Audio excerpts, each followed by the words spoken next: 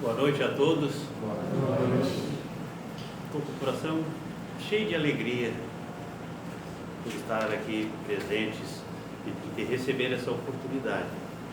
A quem eu agradeço a nossa irmã Luíse, meu irmão Antônio, ao dirigente da casa. E se não fosse vocês, eu não teria essa oportunidade. O tema que eu escolhi é o perdão. Ali, meados de setembro do ano passado, eu assisti uma palestra de um espírito chamado Irmão Amigo, onde ele falou sobre o perdão e o amor. E esse é o assunto que eu escolhi para essa noite. Por eu não dispor de condições para comentar abertamente sobre isso, falar sem ter um papelzinho escrito, eu já tentei fazer isso várias vezes, não deu certo. Então eu sempre coloco no papel e aí eu não tenho condições de me perder e não tem desculpa, né? Então foi isso que eu fiz. Eu peguei essas informações, peguei esse conteúdo dessa palestra que eu assisti e meditei um pouquinho e comecei a colocar no papel aquilo que eu entendi, o entendimento que eu recebi da palestra que foi transmitida por esse espírito. E eu acabei me questionando: será que eu sei o que é o perdão? O que é o amor? Já tenho o entendimento necessário para perdoar sem impor condições? E amar?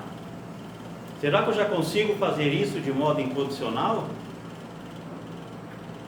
No Evangelho segundo o Espiritismo, eu aprendi que devo perdoar 70 vezes 7 vezes, conforme está escrito.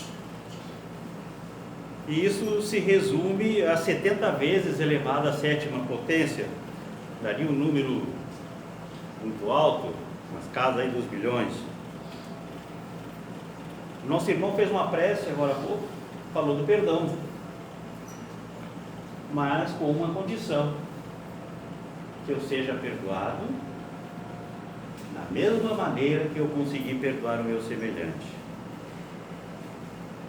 E Jesus, o exemplo de vida que nós temos, ele também nos disse que nós devemos perdoar. Mas ele impôs alguma condição para isso? Eu entendo que a resposta é não.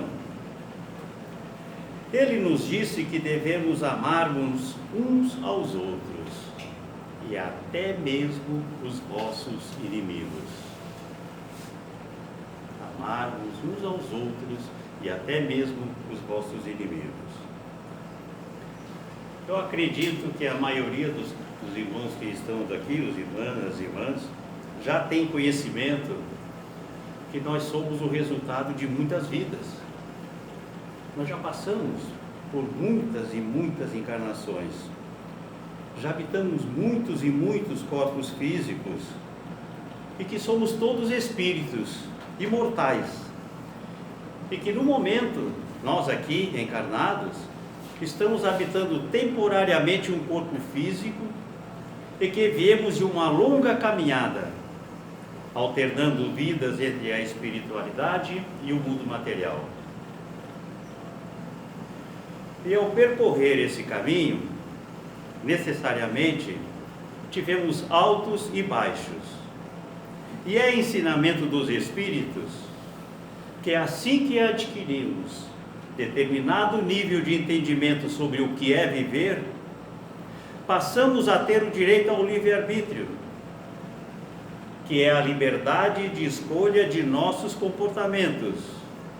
E ao longo de muitas e muitas encarnações, esse comportamento que geramos é que está determinando o que somos hoje, pois trazemos dentro de nós os defeitos, as qualidades e as tendências de vidas passadas. Por isso somos o que somos. Por isso somos tão diferentes uns dos outros. Então, o que somos hoje, dá para imaginar o que fomos ontem. E o que estamos fazendo hoje é que vai determinar o que nós seremos amanhã. No positivismo que geramos, adquirimos créditos em nosso favor. Mas na atual condição em que estamos, também geramos o ódio, o ciúme, a inveja, o orgulho, que fizeram com que as pessoas que nos rodeiam e fazem parte das nossas vidas são parceiros de vidas passadas, incluindo aqui os amigos e os inimigos. E os Espíritos nos dizem que o amor nos une, mas o ódio também faz isso. O amor é um sentimento. Quem está nessa mesma faixa de sentimento vai se atrair, seja ódio ou seja amor. E ainda nos dizem o seguinte, que é possível a gente corrigir aquelas coisas que a gente fez de errado na vida. A solução está nos ensinamentos de Jesus. O amor. O amor. Por isso Jesus não disse apenas perdoa. Ele foi muito além disso quando ele falou: amem-se uns aos outros, até mesmo os vossos inimigos. Ele foi um pouquinho além disso. Porque o perdão, ele vai gerar uma situação temporária, mas o amor não. O amor é para sempre. Mas o que eu entendo sobre o que é o perdão? Se formos olhar no Evangelho, ele nos ensina que o perdão é o esquecimento das ofensas. É um sinal de grandeza, de nobreza, de elevação espiritual, mas não deve ser comparado com ato de covardia. Há uma diferença muito grande entre a pessoa ser humilde e ser comparada com covardia. E coitada da criatura que diz assim: eu não perdoo. Ou então, eu perdoo, mas impõe condições. Como, por exemplo, Deus sabe o que você fez. Eu perdoo, mas Deus está vendo o que você fez. Eu te perdoo, mas você vai ter que pedir perdão também. Eu te perdoo, mas você tem que pedir perdão. E eu vou mais ainda, eu perdoo, mas eu não quero me reconciliar com você. Eu te perdoo, mas Deus jamais te perdoará. Isso é perdão? Eu penso que não. Não dá para aceitar que o Criador de tudo que existe irá se vingar da sua própria criação. Deus não se vinga de ninguém. Lembra do livre-arbítrio? Nossas escolhas é que definem o que acontecerá conosco no presente e no nosso futuro. E Deus jamais irá interferir nisso. O perdão, para ser verdadeiro, o coração tem que estar cheio de amor, de grandeza espiritual, de nobreza da alma, sem segundas intenções. Não pode ferir, jamais usar da humilhação ou imposição de condições. O perdão não ostenta, não tem limites, e a reconciliação tem que ser sincera, porque se isso não acontecer, o problema continuará, não só na vida atual, como também nas próximas, pois, como nos orientam os Espíritos, teremos muitas e muitas vidas pela frente. E o que estamos vendo e está acontecendo nos dias de hoje? É o filho ou a filha rebelde dentro da casa, na escola, na rua. É o companheiro ou a companheira que ainda não compreendeu os deveres e obrigações de um relacionamento. Os pais que não amam os filhos e não sabem o porquê. É um parente que nos irrita, mesmo sem fazer nada. É o vizinho que nós achamos chato, porque não quer a nossa amizade. É o chefe do serviço, que é ruim, pois não presta, a gente reclama que não presta e vive pegando no nosso pé. É a falta de simpatia pelo colega de serviço que mal conhecemos. É a sensação de mal-estar quando se conversa ou se passa por alguém na rua. Esses são apenas alguns exemplos. Estes e outros comportamentos geram situações que atrapalham a minha vida, porque está me faltando o entendimento para não criticar o meu semelhante, não julgar com severidade, não apontar os erros e defeitos dos outros, pois quando faço isso, estou expondo aquilo que eu trago dentro de mim, aquilo que eu sou. Mas, se quando eu olhar para o meu inimigo e ver nele 1000 defeitos, se eu conseguir colocar um pouquinho de amor no coração, eu vou olhar de novo com mais atenção e eu vou achar uma qualidade. Então não serão 1000 defeitos, serão 999 e uma qualidade. Mas se eu me pegar com um pouquinho de humildade, botar mais um pouco de amor no coração, fazer isso com desejo mesmo, e eu olhar com mais atenção, eu vou achar mais uma qualidade nele. E já serão 998. E se eu continuar a fazer isso, eu vou chegar à conclusão de que quem tem defeitos sou eu, não é ele. Porque eu só vejo nele o que eu consigo, o que eu sou, o que eu tenho dentro de mim. Então o que eu estou expondo a ele é o que eu sou. Então o problema sou eu, não ele. Isso é ensinamento dos Espíritos.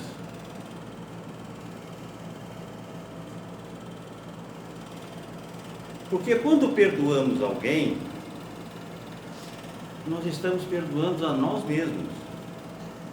Estamos expondo os nossos sentimentos de aceitação dos nossos irmãos, dos nossos semelhantes, e esse é o primeiro passo para o amor. A diferença do perdão e do amor. E o que é o amor?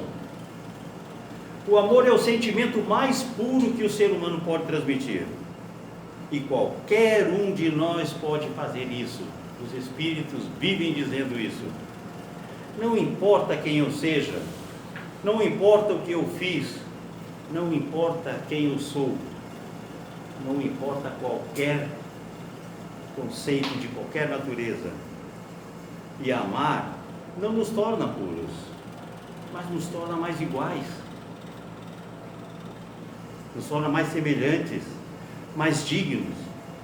E nos alertam os Espíritos que o amor não deve ser confundido com prazeres da carne, com vulgaridades de ordem material.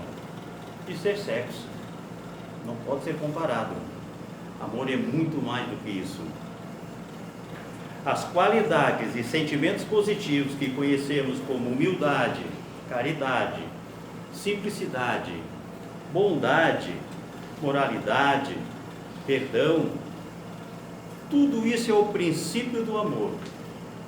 Mas, de novo, não pode ser confundido com fraqueza, porque amar é perdoar os inimigos, mas sem se submeter à vontade deles.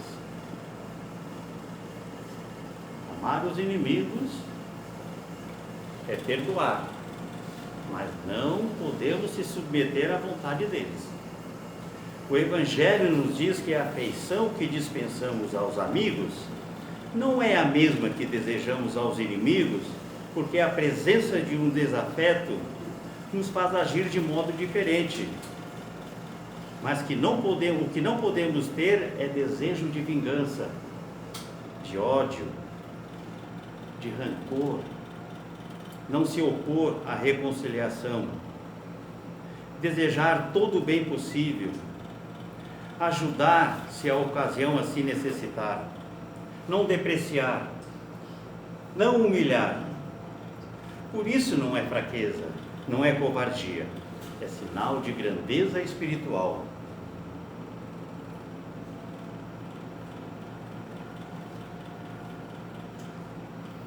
Um médico conhecido disse a seguinte frase: o amor que praticamos anula o mal que fizemos. E para mim, que sigo a doutrina dos Espíritos, eu já tenho conhecimento de que as pessoas que estão ao meu derredor, tanto os encarnados ou os desencarnados, são afins ou não, são amigos, parentes ou inimigos de ontem. E nós estamos de alguma maneira reunidos no mesmo ambiente social e familiar, ora na situação de encarnado, ora desencarnado, porque através das muitas reencarnações, estamos hoje habitando o local que o nosso magnetismo determinou. Eu gosto muito dessa explicação, que foi um espírito que deu. O magnetismo, tem gente que chama de aura, tem gente que chama de casulo, mas é algo que a gente cria, que nos mostra na espiritualidade. É o magnetismo, é o ímã, é aquilo que nos atrai. Então, o que nós somos, o que nós fizemos, o resultado de tudo isso, é que vai determinar onde a gente vai reencarnar. Hoje eu estou em Florianópolis, mas pode ser que a próxima esteja lá no Japão, na China, sei lá. Vai depender do que eu fizer.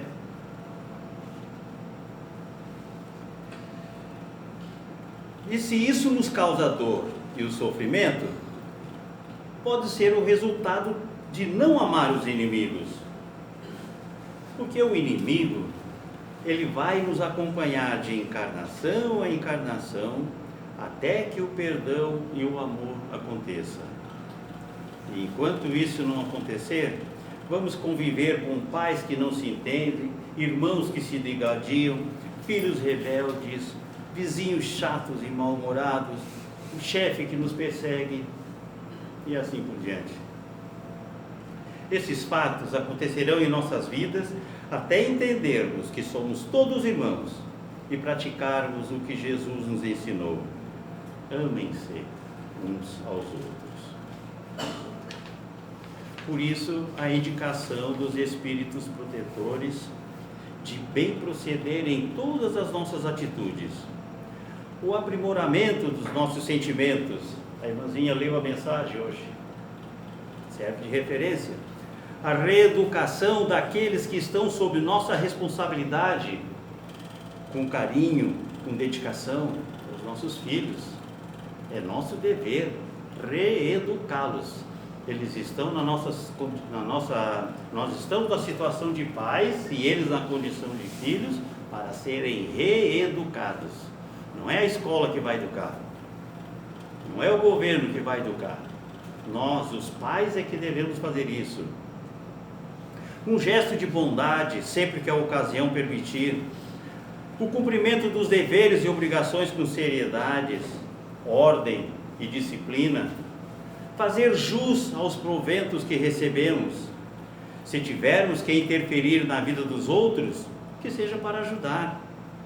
As preces, sempre endereçadas a Deus, a Jesus, em benefício dos outros, principalmente por aqueles que não temos simpatia. Se procurarmos fazer isso, estaremos prestando contas a nós mesmos, e o resultado disso será o progresso. Porque não importa quem é o meu inimigo, importa sim e que somos iguais, que somos todos irmãos. Isto é ensinamento dos Espíritos. E o melhor exemplo que eu tenho para mostrar para vocês nessa noite é uma pequena parte da história de um espírito que ele foi chamado de Vokongo. Nos foi narrada por outro espírito essa história. Então, numa encarnação, ele tinha cor branca, cabelos loiros, dirigia uma nação. Essa nação dominava quase todo mundo na época. Ele era bom, foi um bom governante, mas permitiu que alguns da sua equipe abusassem do cargo que tinham. E depois de desencarnado, quando tomou conhecimento do que fez ou deixou de fazer, ele tinha alguns méritos e perguntaram para ele aonde ele queria reencarnar. Ele pediu que gostaria de reencarnar em um local onde ele pudesse aprender a humildade e que jamais liderasse alguém. Reencarnou em terras da África, onde era filho de um líder. E aos 16 anos de idade ele foi preso e vendido como escravo pelo seu próprio povo e trazido aqui para o Brasil. Eu estou resumindo muito essa história, daria uma palestra só para contar a história dele. Não teve direito ao próprio nome aqui no Brasil, não tinha salário, férias. Quando o chicote estalava em suas costas, sem motivo algum, pedia a Deus que abençoasse aquela criatura. Olha o entendimento que ele tinha. Não tinha, ele tem. E como viveu cerca de 165 anos, aprendeu muito sobre a realidade da vida. Sabia manipular ervas e distribuía remédios. E sempre tinha uma palavra de amor, de carinho para aqueles que o procuravam. Não tinha posses, roupas bonitas, mas era feliz, pois tinha dentro de si a humildade e o amor. Quando não serviu mais como escravo, ele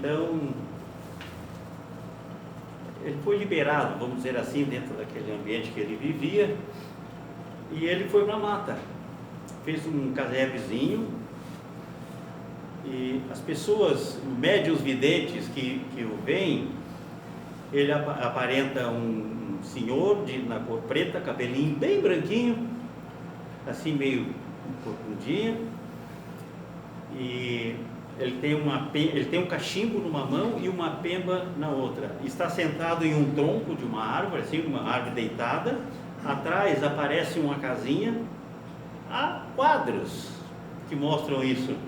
Atrás tem uma casinha bem simplesinha e precisa de muito esforço para fixar, porque a pessoa só consegue ver uma luz. É só que ela tem que ser um médium muito bem preparado, porque senão não vai conseguir, só vai ver uma luz e não vai saber o que é. Aí que ele foi chamado de Vokongo, quando ele conseguiu esse nome, porque ele começou a ser procurado pelas pessoas e ele ajudava a todos, tanto que ele assistiu os seus algozes, que se achavam na época donos de gente e de coisas, desencarnarem. E conforme a lei de retorno, esses ditos senhores voltaram como escravos. Tem lógica, não tem? Voltaram como escravos, no mesmo ambiente que viviam antes. Só que a revolta dessas pessoas era constante. Numa encarnação, pele branca, poderoso. Na outra, pele preta, olhos negros, sem direito algum. E daí entrava o ensinamento do Vokongo, porque eles o procuravam para pedir uma orientação e diziam que queriam fugir, e ele orientava que era para ficar. Quando não queriam trabalhar, ele dizia que era para cumprir as obrigações impostas, e ajudou a todos, inclusive aqueles que se achavam dono de si e dos outros. Todos aquelas pessoas que fizeram essas coisas com ele, ajudou a todos, e todos estão hoje orientados para a vida, segundo a gente tem conhecimento. É uma historinha muito resumida essa, mas é o melhor exemplo que eu conheço de amem-se uns aos outros e até mesmo os vossos inimigos. Pois nessa situação do Congo, ele mostrou e exemplificou como devemos perdoar e como devemos amar até mesmo aqueles que se consideravam seus inimigos. E isso mostra com muita clareza a explicação dos Espíritos que amar até mesmo os vossos inimigos não é só perdoar e amar. É perdoar, amar e querer e ajudar para que o inimigo se dê bem e tenha sucesso na vida. Perdoar e amar é querer e ajudar o inimigo para que ele se dê bem e tenha sucesso na vida. Esse é o entendimento que eu tenho sobre o perdão e o amor. Eu agradeço pela oportunidade e que Deus nos abençoe a todos.